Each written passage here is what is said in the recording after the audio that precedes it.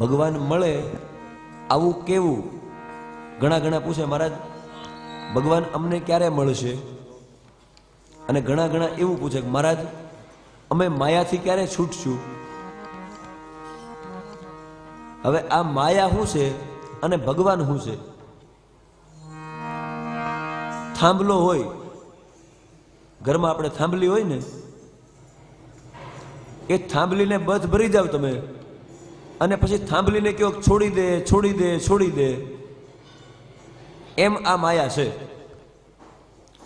આપણે જ પકડીને બેઠા છીએ, બાકી એને તો આપણને છોડ્યા જ છે. આપણે જ બધા આ મારું આ તારું આ બધું કર્યા કરીએ છીએ. અને પ્રભુ એવા છે કે પ્રભુ ક્યારેય પણ આપણને દુર્લભ છે જ નહીં, હંમેશા આપણી સાથે જ છે.